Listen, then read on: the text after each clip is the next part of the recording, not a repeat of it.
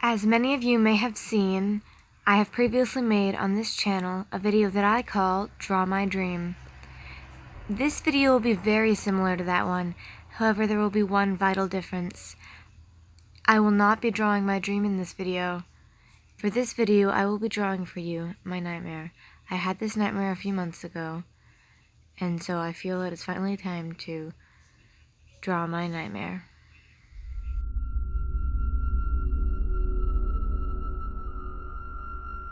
To set the scene, there was a sort of really long corridor lined with hallways, and you couldn't see the end as far as you looked. There was a lobby with a table and many people in it, and there was this sort of mood. It was really uncomfortable, like ominous. No one really wanted to say anything, but we were all frantically talking about something that I will get to. And there were two of my really old and really good friends there, and then the rest of the people who I deem less important, I'm going to draw with X's over their faces because I don't remember who they were specifically.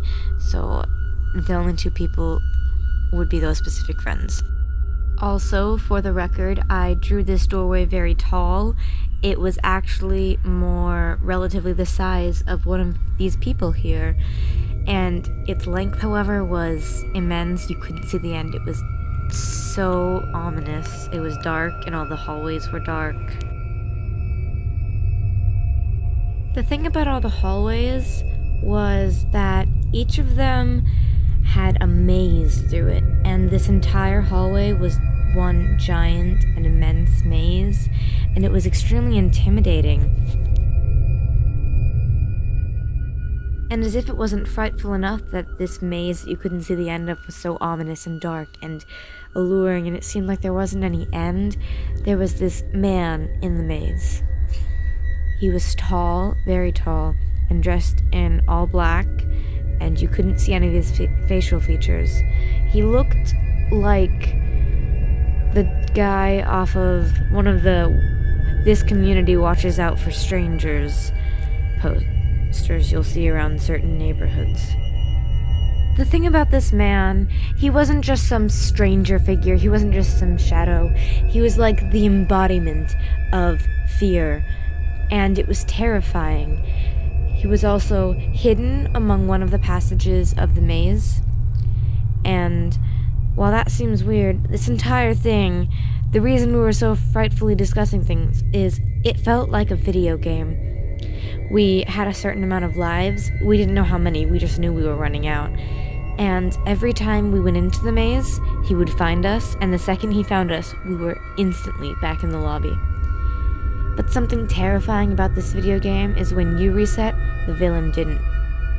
When you went back into the maze, he would be exactly where he found you last. We eventually came up with the strategy of sending a few people in hopes that they would end up finding their way back out before they were caught and lose us lives, because the man could not come outside of the hallway. However, they were caught, but we did in fact have time to run down the hallway. What we didn't expect was that we did in fact find the end of the hallway. It was not long before the man was upon us again. For all of our fear, we were mostly frozen solid, until I got this urge and I needed to run, and I didn't know where. I aimed for the doorway closest to me, but somehow I managed to run through the corner. I don't understand how this happened, but the corner attaching to the hallway just opened up into a sort of portal, and suddenly I was through.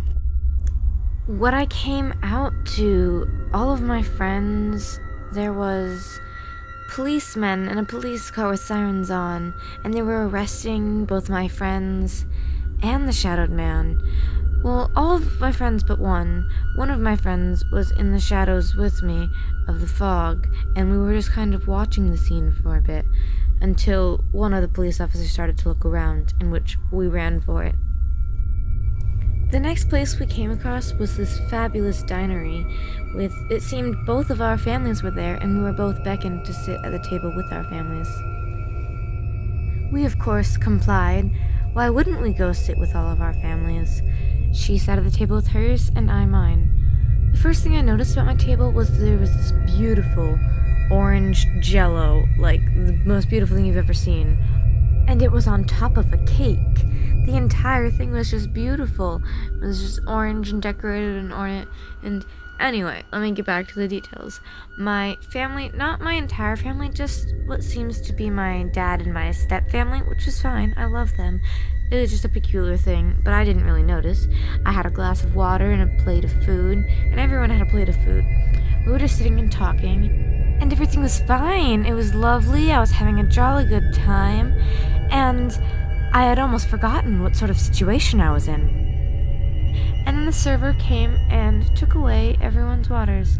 I didn't notice at first. I didn't find it very peculiar. I was just eating and thinking about how amazing it would be to have that dessert. Then my stepmom looked at the dessert, looked back at the kids misbehaving, then called the waitress back over to take the cake away. I was devastated. She had taken the one thing I wanted. And that's when I looked across the aisle at my friend and noticed that she was starting to look really uncomfortable. And I started to realize that I too was already uncomfortable, and I didn't know what it was.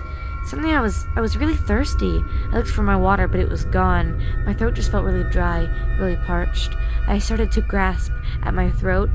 I started to choke because of how thirsty I was. It was getting unbearable. I was coughing, I was choking, and then I couldn't make any noise because of how dry my throat was, and all I needed was a gasp of air, a drink of water. And then suddenly, I woke up.